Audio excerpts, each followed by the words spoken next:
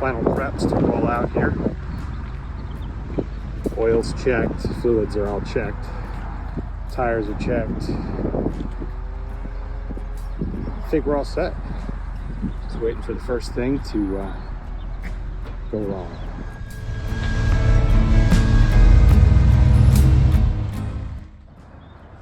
You know what? What am I thinking? It's gonna go great.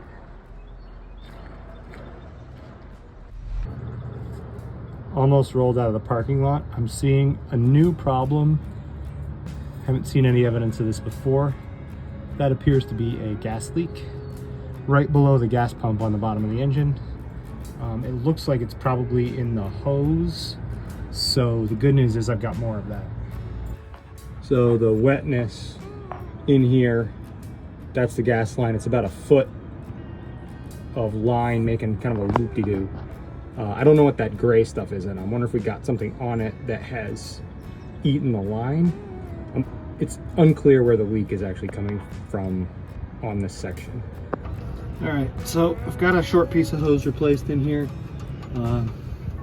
Did get gas kind of everywhere.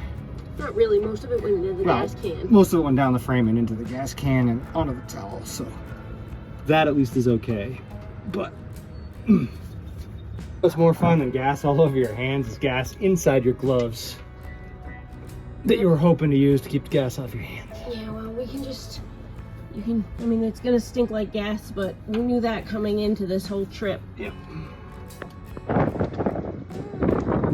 Good news is we're underway. Bad news is the wind is picked up, so this is gonna make things interesting. We're all on surface streets right now, so if it's manageable. If it gets terrible, we'll just stop. Oh man, the wind just tried to take my new hat. My brother sent me this hat. I was gonna steal his. Yeah, this wind's gonna be fun. We'll see.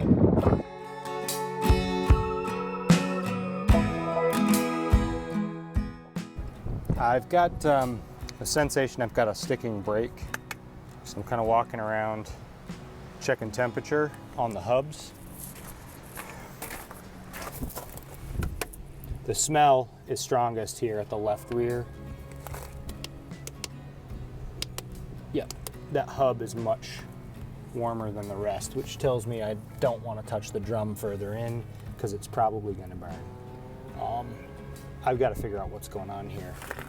I've hit it with a hammer, loosened up, but it just keeps retightening. Every time I use it, it doesn't free back up. So I'm going to spray some brake cleaner up in there and give it a couple taps. Maybe that'll help. I really don't want to have to dig too deep. This is not as simple. In a lot of cars, you can just take your tire off and everything with your brakes is sitting right there. You can see the disc, you can see the caliper, all that. The trouble with this rear drum brake on these big dualies is that you take off both tires and you're staring at the drum. To get the drum off, you have to take this out, which is actually the end of the axle shaft going into all the way into the rear end. So you've got to slide this axle out. The gear oil starts to drip out. You need to have a fresh seal on hand in case you mess up the seal. So it's a lot different than just popping off the tire to look at the brakes. And so I'm not excited about having to deal with this, but it may come to that. Obviously I can't fight a stuck brake for 100 miles, 200 miles, 300 miles. So we'll see.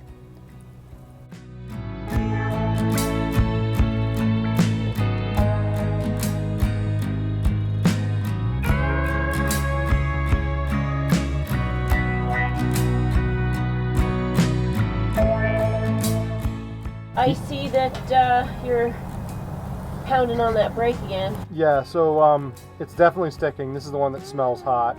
I could smell it towing behind you with the Airstream. Yeah, so. it definitely feels hot. Did spray it a little bit with brake cleaner and I've kind of whacked on it with the hammer a couple times. I kind of don't even dare. Yeah, you can feel the heat without even touching the drum. So that's not good.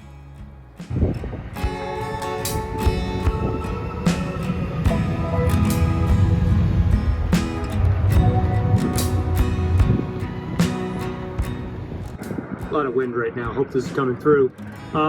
That's the right rear tires with gear oil. You can see it coming out I think it's coming out inside the drum from a bad seal where that wheel bearing is way up inside that drum. That's how it makes its way out. The wind is something. Then on this side, I'm not going to touch it to demonstrate how hot it is by burning myself, but that drum is sizzling hot because the brake is sticking on this side. So, not sure what to do about it. I really don't want to take apart the rear end of this in a parking lot in the middle of nowhere.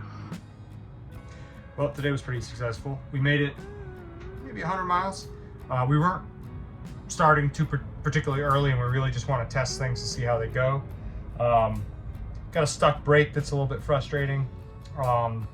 Adjusted the timing just a little bit. It may have been running just a little bit hot, so by the time you get to a long, tall hill, it's hesitating. Tried just a little timing adjustment. I guess more on that tomorrow with a little more testing. I'm going to start the Jackery here. As always, my closest quick battery power available is Jackery. And what I'm going to do is we just finished the trip running the headlights, and I'm a little bit worried this alternator doesn't put enough power back into the battery, particularly when you're running the headlights. So I'm just going to trickle charge this for maybe an hour, maybe 2 hours, just to make sure that we're starting tomorrow with a full battery.